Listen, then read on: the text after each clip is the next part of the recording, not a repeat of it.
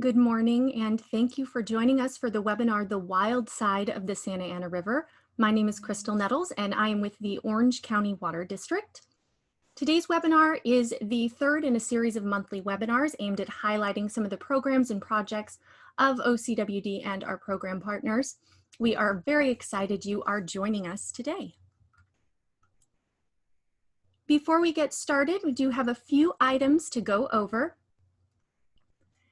Today's webinar will last approximately 1 hour. And prior to getting started with today's program, I would like to go over a few of the housekeeping items and introduce you to our program speakers. As a webinar attendee, you are muted, and this is to reduce background noise. Should you have a question for our speakers, please type your question into the Q&A box located at the bottom of your screen. You may also use the raise hand feature. To keep the webinar moving, our speakers will wait until the end of the presentation to answer questions. Written questions will be answered first, followed by those raising their hand. In the event we run out of time and don't get to your question, or if you have any follow-up questions, please email info@ocwd.com. And finally, this webinar is being recorded, and you will receive a link to the recording tomorrow via email. With that, I would like to introduce you to our presenters, and they are actually going to be introducing themselves. So I will have Dick Zembal start us off.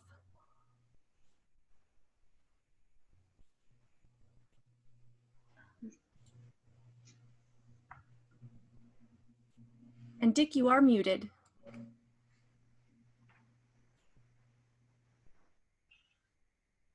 How's that? My name is Dick Zembal. I'm the Natural Resources Director for the Orange County Water District. After 20 years with the U.S. Fish and Wildlife Service, I chose to go to the district for a chance to actually work with wildlife on the ground. Lucky enough to work for a great agency with all the wonderful people you see on the screen. Hi, I'm Natalia Doshi. I'm an environmental specialist and field biologist with OCWD. I started as a natural resources intern with OCWD in 2016 when I was doing my master's at Cal State Fullerton, and I am now a full-time wildlife biologist with them. Hello, I'm Melody Aimar with the Santa Ana Watershed Association. I am the Biological Monitoring Programs Manager. I oversee 20 biologists in 2 different departments. The Wildlife and Habitat Management Department primarily monitors endangered species such as the leaf-bell's vireo, and the MSHCP Biological Monitoring Program monitors the covered species for the Multiple Species Habitat Conservation Plan in Western Riverside County. Good morning, I'm Bonnie Johnson. I'm the Habitat Restoration Manager. I've been with the district nearly 20 years. I oversee the wildlife management programs and habitat restoration projects, both at Prado and down in our Orange County recharge facilities. Morning, I'm Cameron Macbeth, and I'm a field biologist with the district for about 5 years now. My position is unique in that it's split between both, the funding is split between Solid and OCWD, so my time is split in both organizations as well. My primary responsibilities are various wildlife and plant surveys, as well as operating our department's drone and even occasionally running a chainsaw. Hello, I'm David McMichael. I'm a senior environmental specialist and field biologist. I've been with the Water District for 13 years. My duties include habitat restoration, endangered species monitoring, and I also manage many of the district's regulatory maintenance permits. Thank you. Thank you all so much for joining us today. We are going to start our presentation with Dick Zembal. Good morning and welcome to the wild side of the Santa Ana River. Thank you so much for joining us. Next slide. This is a rough outline of what we're going to go over this morning. This is just a very broad overview of the activities of our department, the connection between water and the environment, where we are, who we are, the kinds of things we do. A lot of our activities are in Orange County on the recharge basins and associated facilities, also in the Prado Basin in Riverside and San Bernardino County up near the city of Corona. Next slide. So OCWD has a natural resources program because the agency is a water manager, and everything we do is in or near water, and water grows habitat, and where a lot of habitat grows, you get rare and endangered species. Permits are required to work with those and to modify the environment associated with water, and that's basically what our department helps the district with and oversees by working closely with regulatory agencies through the Corps of Engineers, with the U.S. Fish and Wildlife Service and California Department of Fish and Wildlife as well. Next slide. Most of our natural resources activities are either in the Prado Basin. Pictured on the left here is a shot taken in the natural treatment wetlands that we constructed in the Prado Basin. And on the right is a shot looking upstream along our recharge facilities. The Santa Ana River itself is the channel on the right. The center levee is a flood control feature of that river, and then the watered area on the left is actually part of the recharge system that runs parallel to the river for several miles in Anaheim and Yorba. Next slide. Here's a shot of the watershed, the largest coastal watershed in Southern California.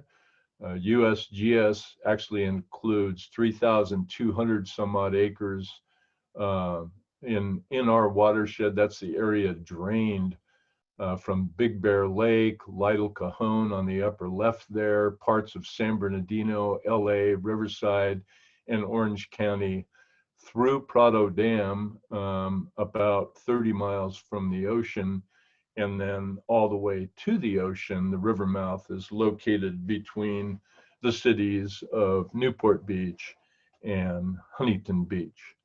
Next slide.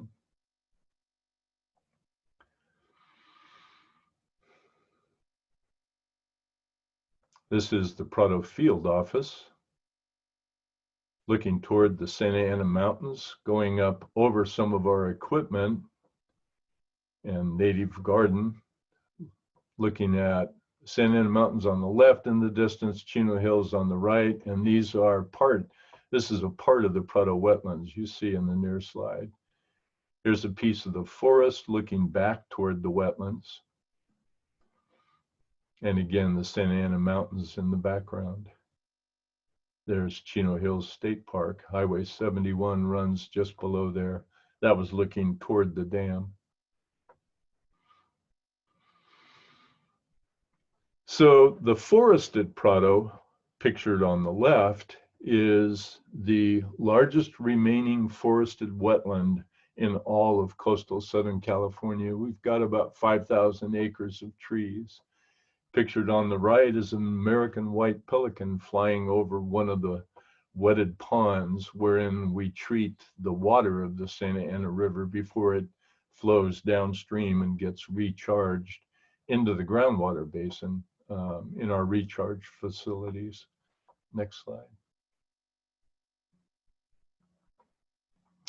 Here's an aerial view of Prado Basin. The outline in the pinkish color there shows you the 2,150 acres that were purchased long ago by Orange County Water District, with the foresight looking toward water conservation as well as protection of the watershed back in the early days. These are extremely important lands for the district in terms of conserving water on the hind end of storms.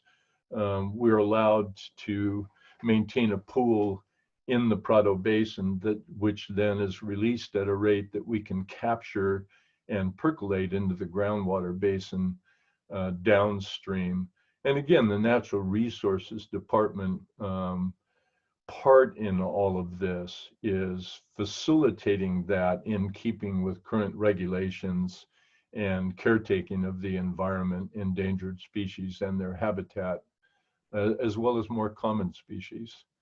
Below Prado Basin, you can see a list of some of the factoids. This is about 30 miles from the Pacific Ocean. The bottom center, left center of the photograph is where the dam is located, and the spillway that still has that 200 years of freedom mural on it is the structure to the right down there. Next slide. So the least bell's vireo is probably our showcase species. We have a very intimate connection with the management and near recovery of that species. Everything we do in terms of habitat restoration and wildlife management and monitoring is sort of with keeping the rarest of the creatures out there in mind and doing what we can to nurture their populations. Like most species in Southern California that are in big trouble, it's largely habitat loss, but it's also changes in the environment in terms of having so many people on top of such diverse wildlife and former wildlife habitat. It takes a lot of management to kind of keep things in balance, and that's what we attempt to do at the district. Next slide.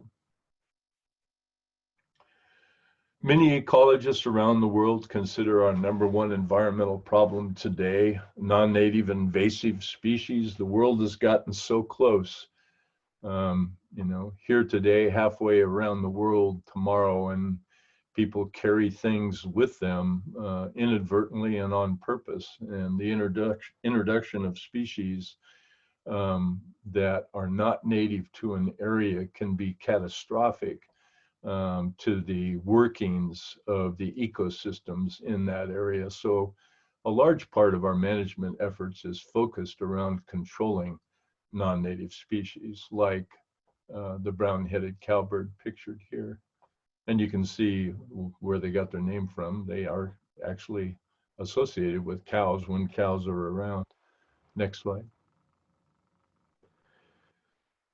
Again, this is probably our showcase species. We focused in the early years in our program on least bell's vireo habitat and population recovery, particularly in the Prado Basin. Now we're even growing habitat on the lower river, adjacent to the river at least, in an attempt to create suitable habitat for these creatures down there. That's a male singing least bell's vireo on the left. In the center is the paltry, each one of those dots, paltry population level in the early 80s. Actually, earlier in the 80s, we only had a dozen pairs, a dozen territories in the Prado Basin. That's all we knew existed on the Santa Ana River.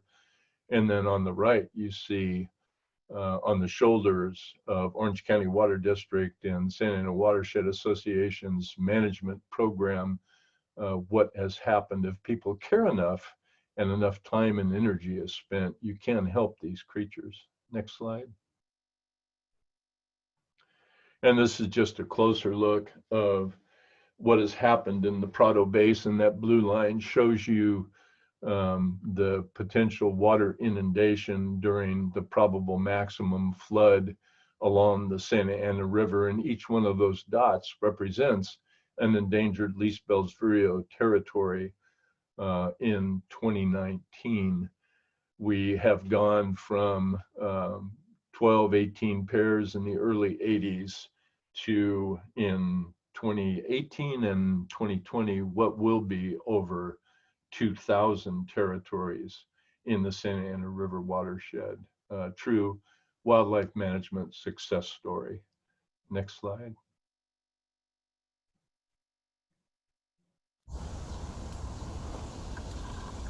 Vireo on a nest.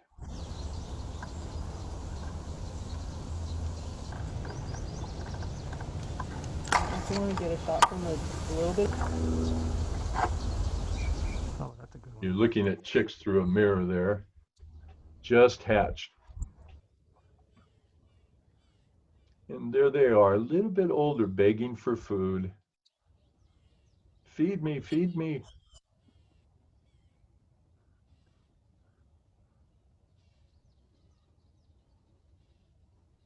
Baby birds all have those yellow or orange cheek linings, kind of targets for the parents. Getting fed insects. They are insectivores. We do a lot of habitat restoration, both in Prado and in Orange County. 2 acres in Orange County, 2 acres in the Prado Basin annually. We have the luxury of having heavy equipment operators available to us, which is really cool because you can remove the weeds and also remove a little bit of the seed store on a planting site. A lot of our restoration revolves around getting rid of invasive plants, and you'll hear more about the worst of those from Melody when she talks about SAWA activities later in the program. Next slide. Pictured here is some of the removal activities with Arundodonax or giant reed. We use heavy equipment where we can. We even do hand removal where that's necessary. But Arundo is not the only thing that is problematic in restoration projects in Southern California in general, but particularly at Prado.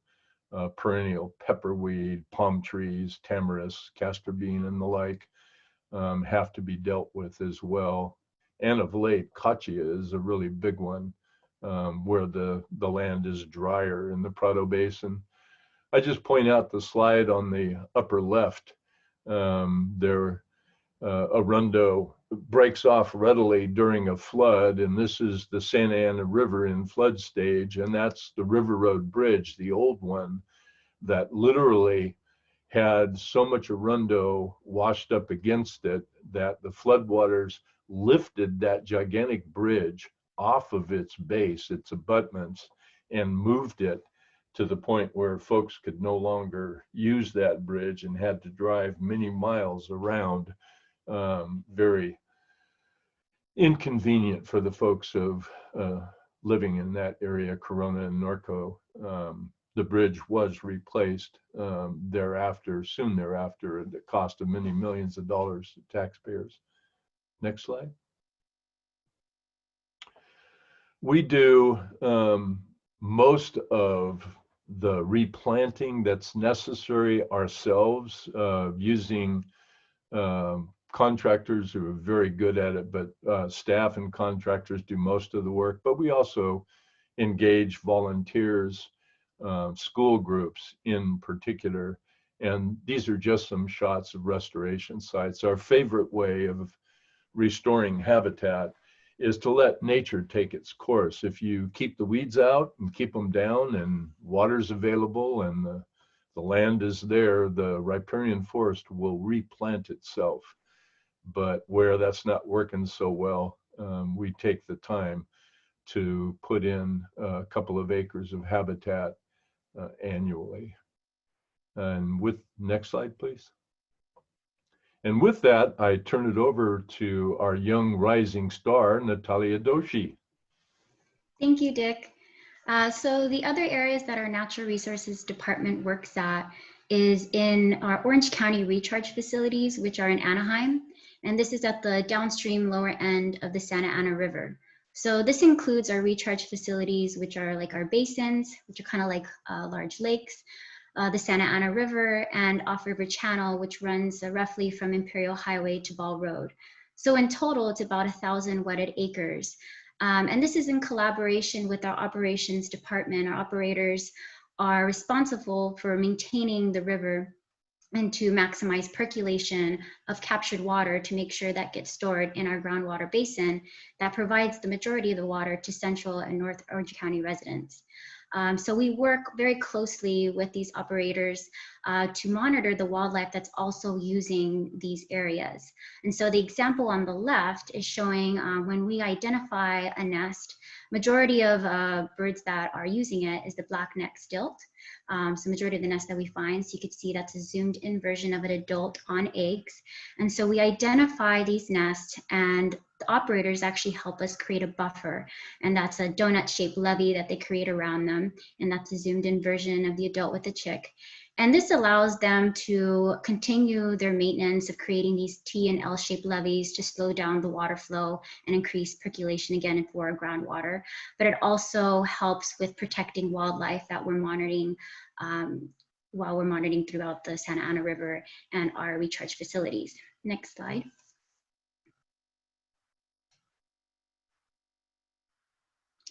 So this video is showing another unique spot in our Anaheim facilities. This is Burris Basin. So it is the most furthest downstream and one of our largest basins in our Orange County facilities that captures water to percolate that into our groundwater basin. There's an osprey platform there down to the right. And this basin is right by the Santa Ana River, in between the river and these houses in the city of Anaheim. In 2009, there was a reconfiguration project where the basin was going to be redesigned to maximize these percolation properties. And at that point too, it was an opportunity to redesign this basin to make it more optimal for wildlife as well. So on the right, you'll see all that habitat. And before 2009, before the project, that was all exotics and non-native. So those were removed, and with collaboration with the city of Anaheim, we have planted native chaparral and riparian species that are now well established. And there's actually a public bike trail there too called Anaheim Coves. In addition, there was a floating island that we created and placed in there. So that's what it's showing there. And this was a temporary thing, but it's still there because during the reconfiguration project, when water was fluctuating, we wanted to give a space for birds that were actually found nesting in the basin. And I'll talk a little bit more about that as well. A variety of shorebirds are using this basin. And one of the final stages of this reconfiguration project was creating this permanent earthen island, which you'll see right there in the middle. That is Burris Island, and that is 2.4 acres. And that island is a very unique spot because it is actually, if you see further down, we're looking downstream now. This is 14.5 miles from the Pacific Ocean. And it actually is home to a lot of shorebird, coastal bird species. So it's pretty far, but we see a lot of these species that are using this island every year. And then just in the foreground there too is Anaheim Stadium. And I'll give you a little bit more overview of this basin. So the entire basin is about 120 acres. And again, that earthen island is about 2.4. And you can see the picture on the right. So the primary purpose of this basin is for water storage and to percolate water into our groundwater basin. It is downstream and it's right beside the Santa Ana River. So on the map, you could see the river on the right. And above it are smaller basins too that is feeding water into this Burris Basin. It is in the city of Anaheim and it's in between Lincoln Avenue and Ball Road. And again, it's 14 miles from the ocean. So it's pretty distant. And so that's why it was like a really unique spot, because in 2008, we actually had confirmed nesting of the California least tern, which is a federally and state listed endangered species. And so that's the picture on the bottom right. And so with this opportunity too in creating this earthen island, we're actually attracting these birds to nest on this island rather than on access roads that are right by the river as well, where our operators need to go through. Next slide. So this video is actually going to show the different types of birds that use this island. So there's the black skimmer, and it's skimming the water for food, but they also nest here. And a variety of other species that nest are American avocets. You can see there it's doing its display behavior, usually acts kind of like killdeers as well, where they act injured to deter predators away from their nest. And so every week during the spring months when there is nesting activities, you can see the eggs and the chicks here, biologists come once a week to monitor. They scan the island and we monitor eggs, nests, chicks, and fledglings. The majority of the nests here are forester terns. You can see them flying right there with the fish carry, and those are the forester tern chicks. And we have over 100 nests every year of these species. That's the avocet chick. And then there is a California least tern chick. And this year so far, we've had 14 nests of California least tern on the island. So another program that our Natural Resources Department is involved with monitoring wildlife is our bird nest box program. So this is to help cavity nesting species. So cavity nesting bird species are birds that use cavities, which are holes in dead or dying trees. And unfortunately, in Southern California, which is very developed, we don't have many natural cavities. For example, in Orange County, there's not much or dead or dying trees, usually for a public safety issue or that. But it is changing in past years, or parks that are trying to keep these habitats as well, because once a tree dies, it actually is very beneficial habitat for all of these bird species. So one way we're helping with that too is placing nest boxes for a variety of birds. And so next slide. That includes the wood duck. So these are another type of box that we put up for this species of bird. This bird is very unique. It's a very colorful bird. The male is on the right, in the left, and then the female is in the center on top of the box. And this is a very unique species too. They nest high up in the trees, and normally waterfowl will nest on the ground. But within 24 hours, the chicks will hatch and leave the nest and follow their mother to a water source. So we place these boxes in our Prado wetlands, near creeks and our ponds. And so that way, once they hatch, they're close to a water source. Next slide. Another bird that will use these wood duck boxes are the western screech owls. So we get a few of these every year, and they will use those same wood duck boxes. They're our smallest owl in the basin. Next slide. And then another type of box we put up are for barn owls. And so this happened years ago when we were seeing rodent predation on leaf-bell vireo nests. And so a way to minimize those predations and maintain the rodent population is attracting their natural predators, one of which are barn owls. So we place boxes up and monitor these every year, and that has been very successful. We actually haven't seen rodent predation on vireo nests in a very long time. And we work with raptor specialists that also study these species and other raptors in the Prado Basin. Next slide.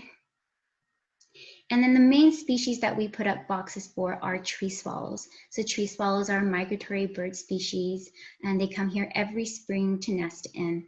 And so this program started in Prado. We've put up boxes there, but we've also started putting boxes in Anaheim in previous years. And so there's a total of over 500 boxes between Prado and Anaheim.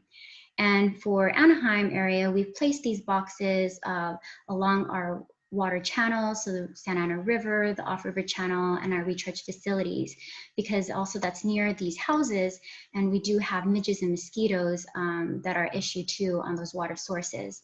So we don't put any pesticides near our water sources, and so placing these boxes for tree swallows that attracts them to these areas has helped us in a way to biocontrol these insect populations.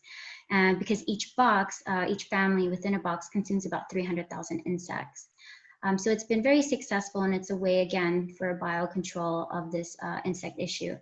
And so we monitor these boxes weekly or bi-weekly, monitoring their success as well. Next slide. And so we have a video just to show you these boxes in action. These boxes are in Prado wetlands. So they're placed right along our ponds.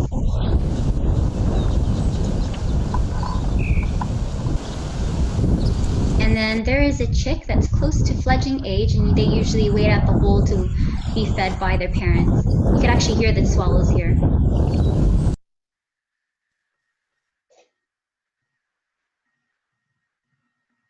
So some of the other bird species that we monitor, there are quite a few threatened and endangered species that we monitor at our facilities. That includes the California least tern that I've talked about before, but also the threatened California gnatcatcher. Next slide. And of course, there's so many variety of bird species we monitor in both Anaheim and the Prado Basin. There's over 250 species of birds in just the Prado Basin as well. And so we monitor for their nests, their success, and also during our operations. So for example, in Anaheim, a really common bird species we see near our access roads are the killdeer, so on the bottom right.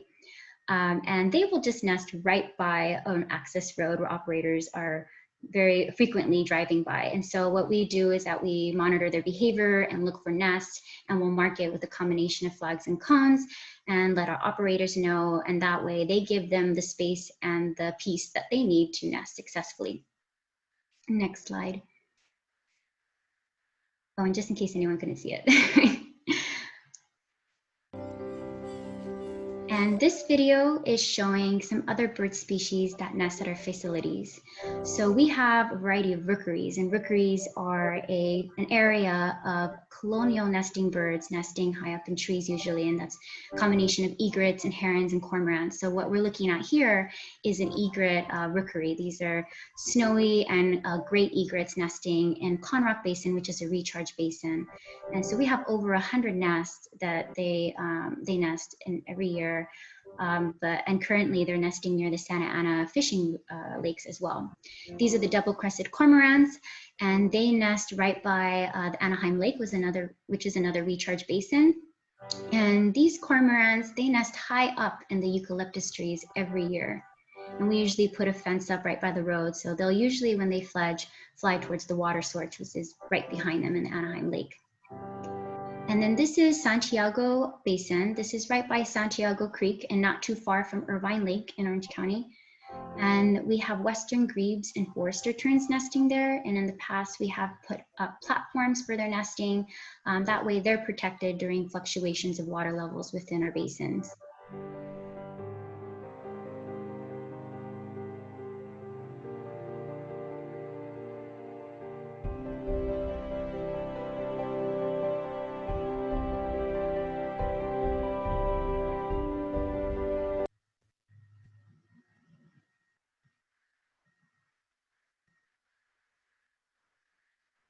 So as well as the many other animals that we monitor, so I was talking a lot about birds, there's also reptiles that we monitor too. So these are the common reptiles that we see in Prado Basin.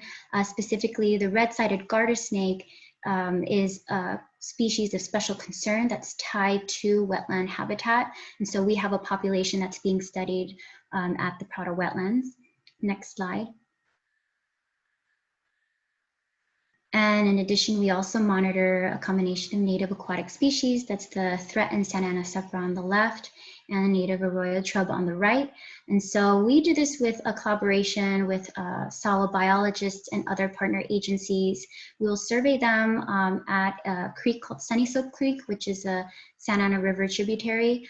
But we'll also help with surveying and habitat enhancement throughout the watershed with our partner agencies. And that includes enhancing habitat of the river, making it more appealable and successful for these fish to thrive in rocky substrates, for example, rather than sandy substrates. And then that also includes removing non-native aquatic species such as crayfish that you see on the bottom right. Next slide. So just to summarize, like Dick and I have mentioned, our Natural Resource Department is involved with a lot of biological monitoring of a variety of species. But that's also in collaboration with many departments at the district. So we work with the PR department, public relations, the operations department, water quality planning, just to name a few. And it's not only to make the district environmentally compliant with our regulatory permits, but we try to go above and beyond to be environmental stewards, providing clean and reliable drinking water to North Orange County residents, while at the same time providing a safe space for wildlife to live along the Santa Ana River. And that is with the help too with our partner agency, Santa Ana Watershed Association. And with that, I'll hand it over to Melody. Thank you. Thank you, Natalia. Hello, everybody. Good morning. My name is Melody Aimar again. I'm with the Santa Ana Watershed Association, and we are going to discuss our partnership with the Orange County Water District in the biological monitoring programs that we have together. Next slide, please. So the Santa Ana Watershed Association is a 501c3 nonprofit organization that was established over 20 years ago to basically expand on the project that has been going on for several years in the Prado Basin. We were established by Orange County Water District and our partners at the local resource conservation districts, and have since been working on our major goal of removing Arundodonax from the upper watershed and the outer tributaries in areas outside of Prado Basin, and managing for sensitive species, again, primarily the endangered species, leaf Bell's vireo. Next slide, please. So as Dick mentioned earlier, Arundodonax was introduced into the river for erosion control and had since expanded to cover over 10,000 acres. As you can see in this photograph, it grows into very dense thickets that basically become a monoculture. It is very difficult to remove and even more difficult to keep from popping back up. Next slide, please. So just as a reminder of some of the threats that this particular plant causes to our watershed, is it incredibly outcompetes native vegetation by growing up to 2 feet per week under the good circumstances where there's enough water. And one of the major problems of this plant in the watershed is that it consumes 2 to 3 times more water than native plants do or native trees do. So in our arid environment, that causes obviously a big problem. Another threat is that it's very flammable, and when it's in those dense thickets like that, just a spark will carry a firestorm throughout the river, as we have seen in some very recent years. It's the first to sprout after a ground disturbance, so after a fire and or a flood, that plant is the first one to come up, which is going to further outcompete native vegetation. Arundo has very little value to wildlife. Birds don't use it for forage or nesting very rarely. It impedes wildlife movement, in fact. And as Dick showed you earlier, it really can clog waterways when it breaks off and rolls downstream. Next slide, please.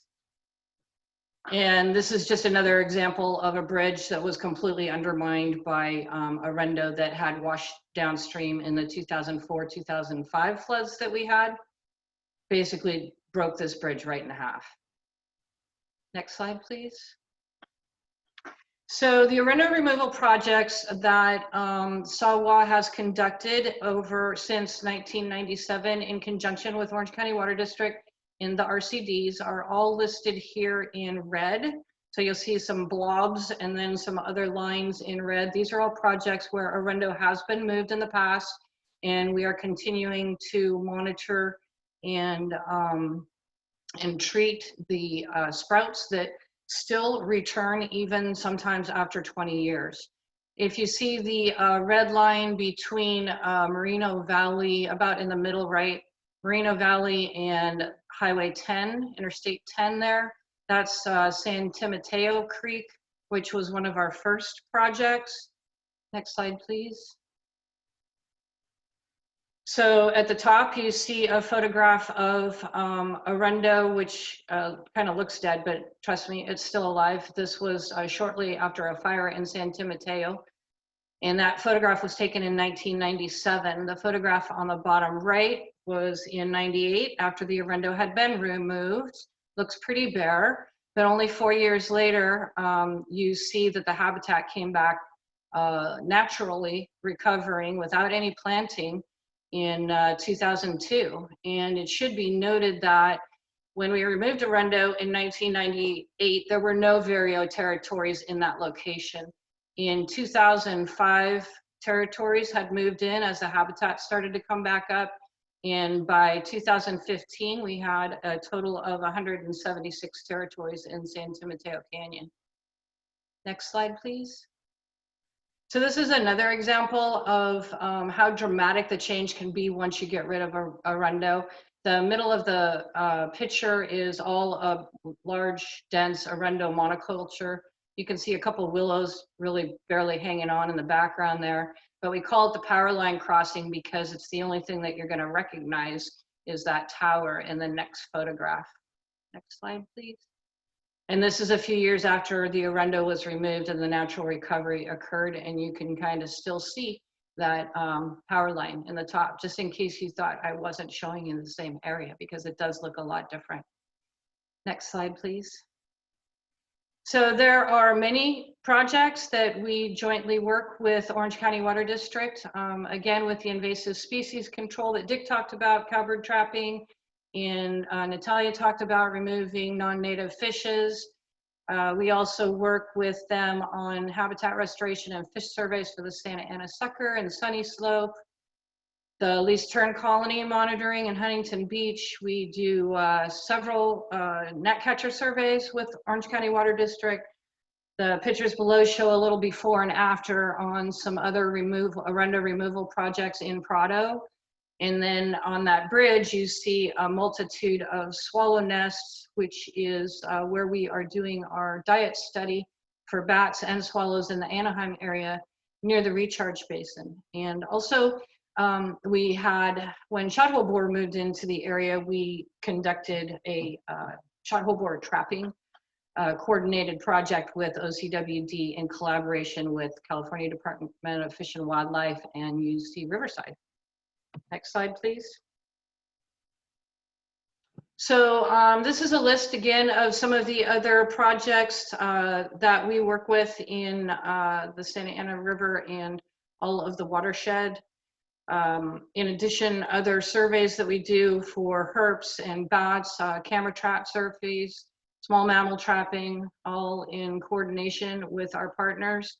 We also, the Inland Empire Resource Conservation District initiated us doing a nesting bird avoidance training for our habitat restoration crews. So when they're out in the field and they are treating arundo and or removing any other invasives, they're trained to avoid nests during that treatment.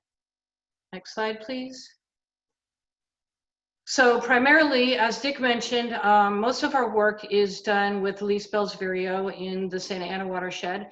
And this picture shows the watershed outline, and every color dot that you see there, and they're all kind of melted together, but those are all vireo territories in 2019.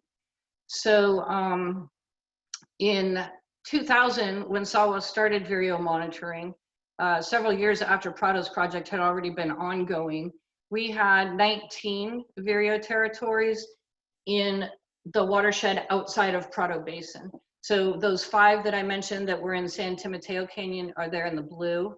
And then we had 14 other territories in the Santa Ana River main stem, mostly at Hidden Valley, which is there in the yellow. So this depicts 1,361 territories in 2019. So in the last 20 years, we've gone from 19 territories of monitoring to 1,361 territories. With, when you add in Prado's numbers of over 600, it has brought us up to over 2,000 territories in the watershed in 2020, this year.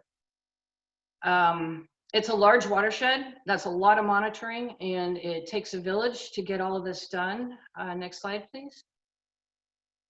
So I want to put a big shout out to all the dedicated biological monitors that we've had over the years. Those in bold and italicized are those that are still doing the good work this year. And those of them that are not on this webinar today are out there in the field monitoring vireo as we speak. Next slide, please. And then, of course, I would be remiss if I did not give kudos to all the funders that all the funding partners that we have, in addition to the Orange County Water District. And with that, I'll turn it back over to questions. Thank you very much. Thank you very much, Melody, and thank you very much to Dick and Natalia as well. At this time, I'd like to welcome back Bonnie, Cameron, and David for our Q&A portion of today. As a reminder, if anyone does have questions, please feel free to use that Q&A box at the bottom of your screen. You may also raise your hand. We are going to get to the written questions first. And if for any reason we are unable to get to your question today, please don't hesitate to email us at info@ocwd.com. But we're really fortunate that our presenters have agreed to stay on a little bit past 11 o'clock. So should we have an abundance of questions, hopefully we'll be able to answer yours. All right, so we have a question from Tessa. The question is, how does the increase in leased Bell's vireo territories impact OCWD's ability to conduct water management activities in or near the Prado Basin? And has OCWD needed to get an incidental take permit for the species? So this is Dick Zembal. I'll start with that. The regulatory agencies deal with these listed species. They talk about a cushion to extinction. And as thin as that cushion was when we started with vireos, you know, you almost needed a permit to step in the river. Because today we have virtually recovered the vireo on the Santa Ana River, the cushion to extinction is much thicker, and there is still concern, and we still need to be permitted, and we have state and federal permits to do the work that we do, both with the birds and for water projects. It is because the fear of extinction is not as heightened as it once was. There's actually a bit of regulatory relief there, in my opinion. Anybody want to chime in?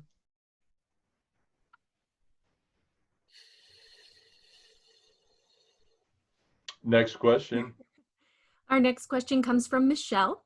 The question is, how will the raising of Prado Dam impact or benefit the restoration efforts? Somebody want to take that?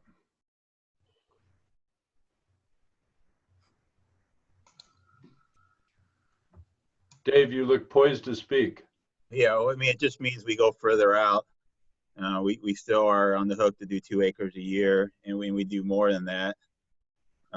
So yeah, as the dam rises, we go a little bit further out into the basin or upslope. We also go do some upslope plantings as well. I think that's it. Thank you. Our next question comes from Bettina. Had a question about the southwestern willow flycatcher and whether there are still willow flycatchers in the Prado Basin. Bonnie, do you remember the numbers? I'm trying to think. I think it's been maybe 3 years since we've had a willow flycatcher in the basin, at least 2. And the last couple of those years were just one individual territory. When I first started at the district back in the early 2000s, there was a year that we did have, I believe, 9 territories. And that's a puzzling species. We don't really have answers why our management has helped the vireo so much and hasn't helped the flycatcher. So that's the $1 million question, I guess. Yeah, sadly enough, I think with wildlife, you know, some populations get below a threshold level and it might just be too tough to bring them back. Next question, Crystal. This question comes from Tanya. You guys do such an amazing job going above and beyond simple environmental compliance requirements. How do you justify this to management at OCWD, and how did you develop this culture at OCWD? Well, we have to do what we do anyway, and the staff you're looking at right there and the staff that work with and under Melody are just very good at what they do, and they go above and beyond. in order to be in compliance with environmental regulations, there are things that are required, and we do those things, but we just do them very well. Our next question comes from Michelle. Do you provide natural resource training to OCWD operators to help them understand what you're trying to accomplish and protect the environment? Actually, operators. Oh, go ahead, Dave. yeah, actually, every year we do have a training class. It's actually a prerequisite of our permit. So we do have a training class where all the operators come in, and we give them a long slideshow and showing them what to look for, what species we have, where the sensitive areas are. And because of that, our operators they've been really good. I mean, I'm out there with them all the time, and they find nests before I do on some occasions. So they've kind of taken to it, and I think sometimes they wish to join our department. I was going to say, I think they get excited about our side of things, so that helps. Fiona had an interesting question and wants to know whether you monitor mountain lions. I guess I'll take that one since there was a mountain lion on my opening slide. We do actually do camera trapping in some of the upper tributaries in the Santa Ana Watershed Association. So that particular photograph came from a camera in a location up near the base of the San Bernardino Mountains. There aren't too many mountain lions around. But if they're up there, we're hoping to catch them on a camera trap just so we know where they are. We partner with a lot of agencies, and USGS has done studies centered around the 91 freeway and Santa Ana Mountains and Chino Hills, the crossings in between and whatnot. And they've documented carnivore movements, and there is some mountain lion activity, but scant evidence of mountain lions very regularly getting into the Prado Basin. Interesting. This next question comes from Don, and he wonders, with the average daily flow of the Santa Ana River being treated wastewater, are there any impacts to wildlife from this treated wastewater? Yeah, I mean, I would say no. We haven't seen anything. In fact, one of the nuisance insects that we get quite often in the river is mayflies. Anybody who lives along the river would be familiar with this critter. So they fly up in the billions, and it's always been known that mayflies indicate a healthy ecosystem. So we actually think our river is pretty healthy at this point, even though they are a nuisance. So. This next question is for Natalia, wanting some clarification on the swallow box numbers. Is it 300,000 insects per what? So that is per season, per year, unless Dave, is that something else? But yeah, because per day it's in the thousands, but each swallow family will consume that per season. Thank you, Natalia. Our next question comes from Matthew. What effect does metal loading from stormwater runoff have on the wetlands habitat?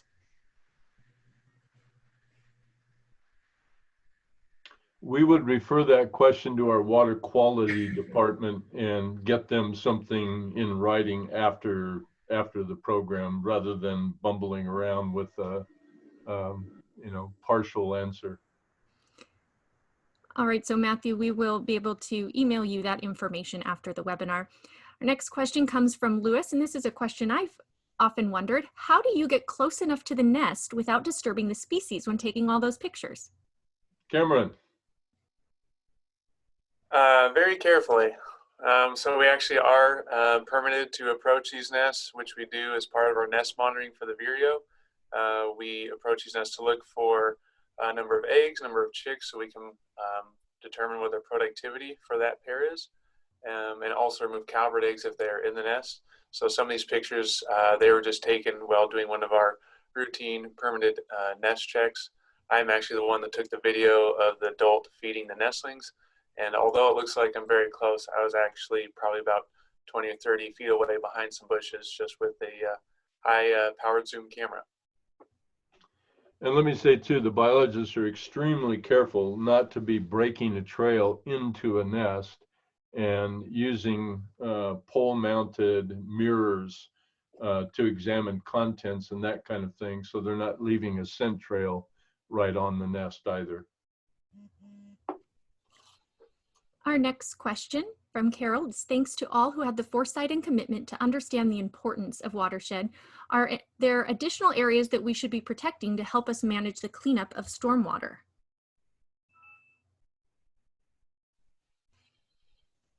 Yeah, again, I think a more thorough answer to that might be provided by our water quality folks. You know, suffice it to be said that, like our natural treatment wetlands in the Prado Basin, you know, they do a pretty good job of removing nitrates at least. They take out a lot of other things as well. But that kind of treatment is very land intensive. And so there's this struggle between land development and natural treatment of things. Keeping the highest quality possible would mean keeping as much open space and using that open space for these kinds of purposes. But exact numbers and that kind of thing, you know, it would take a different department to get at that kind of data for that question. The next question comes from Robert. Are there any programs to manage, I'm going to mispronounce this, Lepidium latifolium in the Prado Basin along with the other invasive species? That's a tough one. Bonnie, you want to field that? Yeah, I guess we've kind of prioritized the invasives, and Arundo lands at the top of the list. Yeah, the Lepidium, we have done a few small areas where we've tried to control Lepidium. It's just a tough one with the flooding and the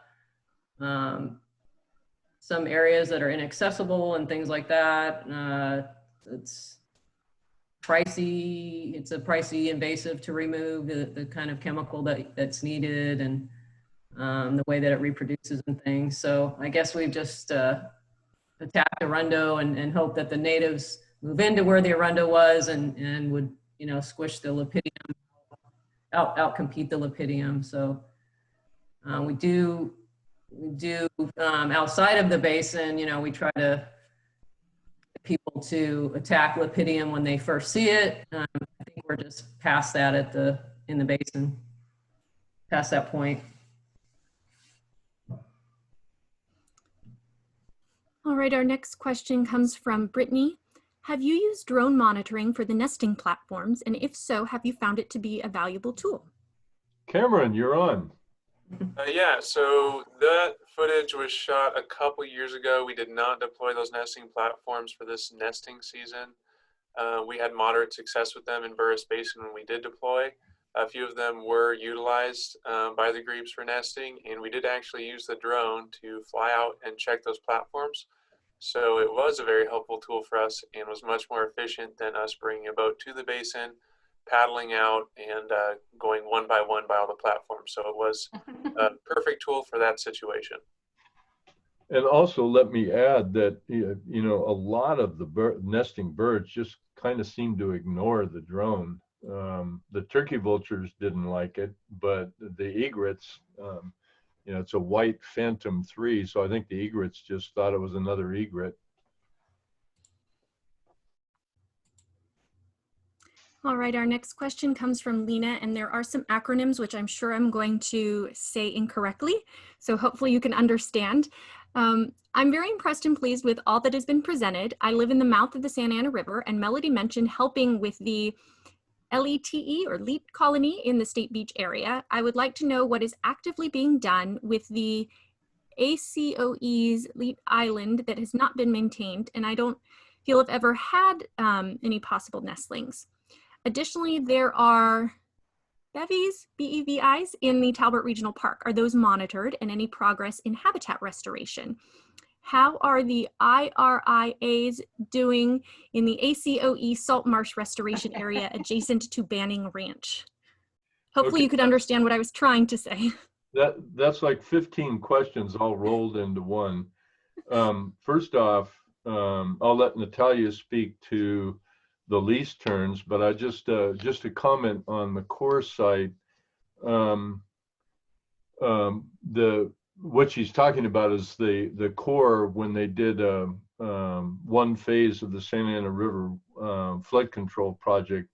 They restored a little salt marsh that was formerly known as Newport Slough, now the Santa Ana Marsh, that's on the other side of Pacific Coast Highway from the ocean, next to a trailer park and 92-acre wetland. And within that, they put in a little California lease tern nesting island. Well, the island only has a moat around it, and it's fenced off, but the issues there with potential predators, particularly birds of prey, make it really, really tough to manage that site decently for lease turns. And in my opinion, until there's the funding to either put those power lines in pipes on the ground or underground them, it would almost be unconscionable to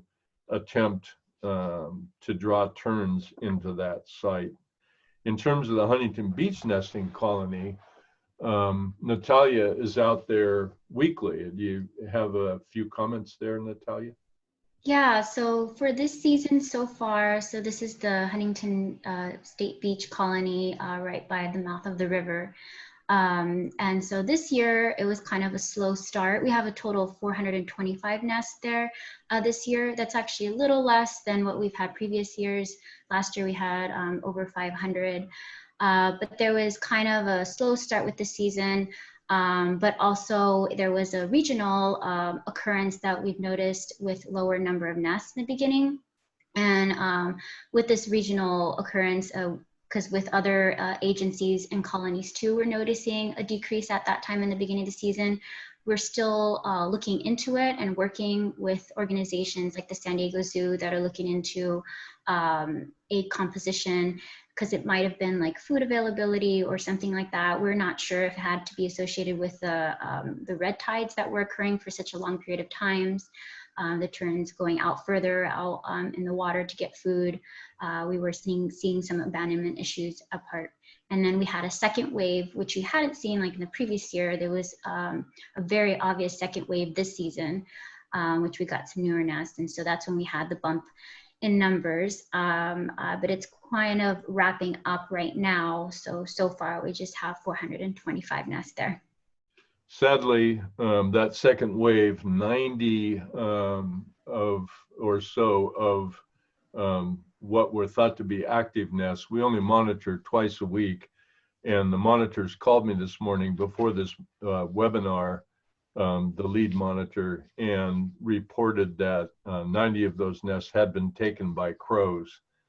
And so, you know, management for these listed species in this urban environment is really tough, particularly with the burgeoning populations of corvids that we have now.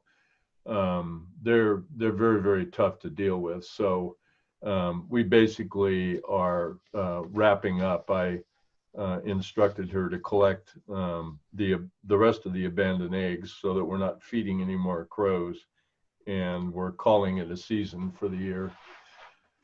Terrible news, terrible finish. It's not going to be a good year for lease terns. Probably one of the worst on record since we started all this management. The other parts to this person's question we can look at and field through email, Crystal. Thank you, Dick. Our next question comes from John, and he had a question about the budget and was wondering where the budget for restoration projects comes from.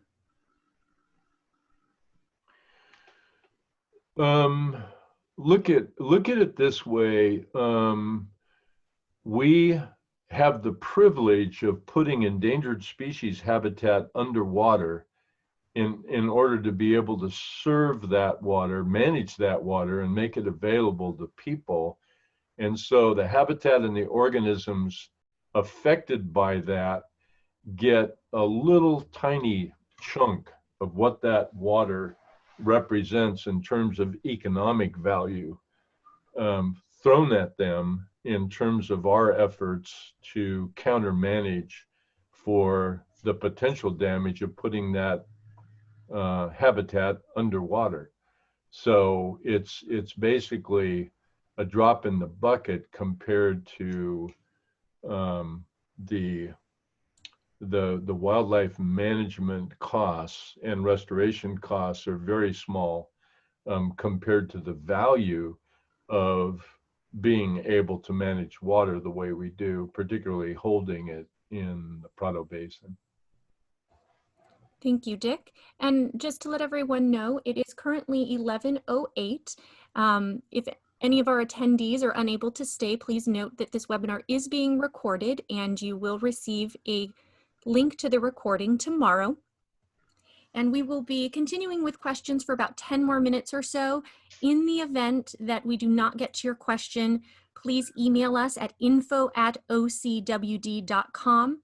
Or if you sent in your question and you did not click that Make Me Anonymous, we will be able to respond directly to you with your email.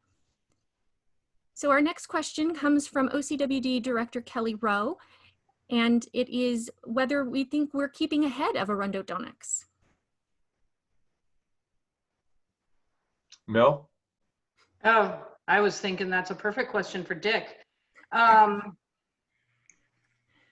I think we are doing a really good job trying to keep ahead of Arundodonix. It's difficult. It pops back up after you cut it. Within a couple weeks, it's several feet high again, and you need to maintain it over multiple years. So we have worked our way from the upper portions of the watershed all the way down to basically Prado Basin at this point. And there's an ongoing project in Prado Basin currently.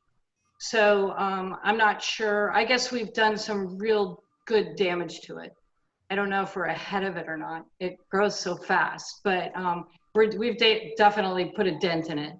Let me add that people forget that the river was better than 50% Arundodonix when we started this big experiment. We've taken out probably 8,000 acres collectively of Arundodonix.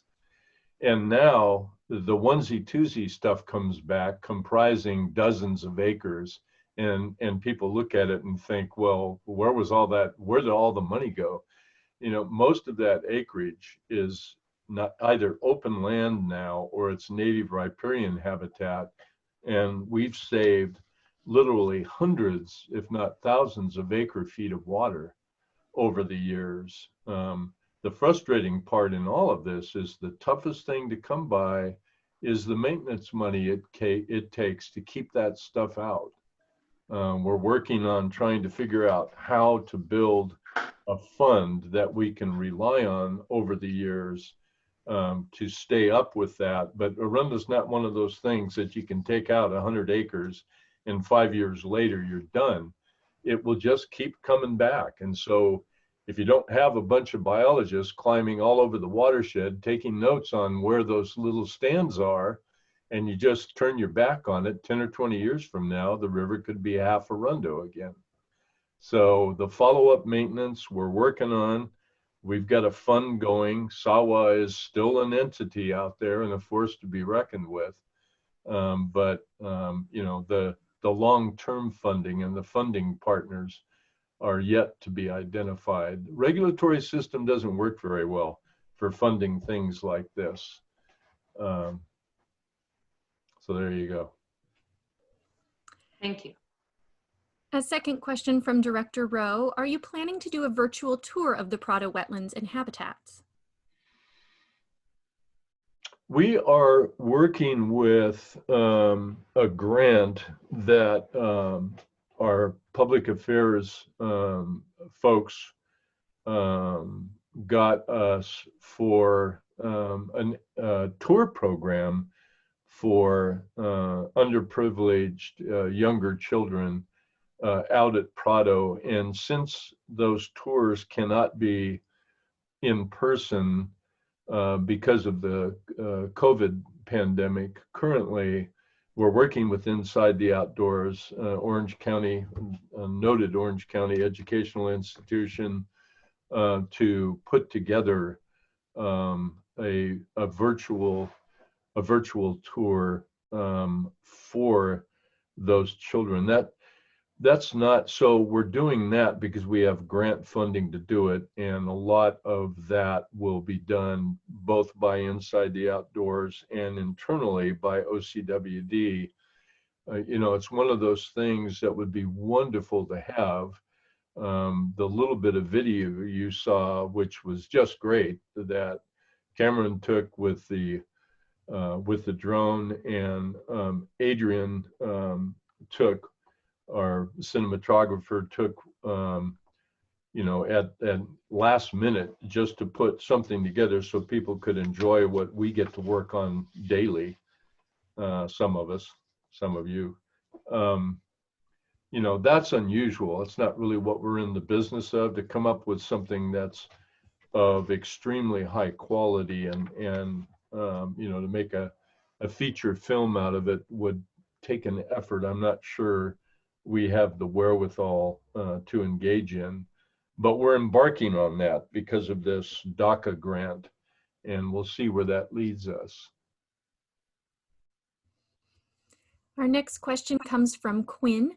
When making a basin for groundwater recharge, are features like the island taken into account beforehand, or are they decided upon later as potentially beneficial? Anybody understand that?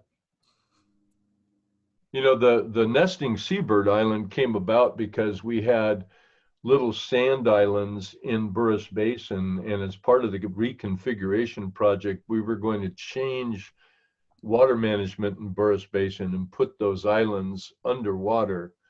And so what we did is we consolidated all those little sandbars into one permanent 2.4 acre island that we situated just above the maximum water level, so we knew it would never run afoul of water management in terms of having too much water. I don't know if that gets at the question. And if we did not answer that question, please feel free to email us, and we can provide you with additional clarification. The next question comes from Dawn. Historically, there were numerous dairy farms in the Chino Basin. This has been significantly reduced due to urbanization. Are there still nitrate and salt impacts to Prado wildlife from these past agricultural practices? Yeah, absolutely. The ground leaks that stuff when it rains. You know, I mean, you're talking about decades of use as rangeland. And you're also talking about, you know, water concentrations of things in the water that are coming out of treatment plants. So those concentrations are going to be at or near what those treatment plants are permitted to put out. So yeah, there still are nitrates to be dealt with, as well as some other things. But let me just say again, that's a water quality question that I'd feel more comfortable referring to that department. All right, we have two more questions. The first, crows are able to thrive in the urban area. Should they be managed?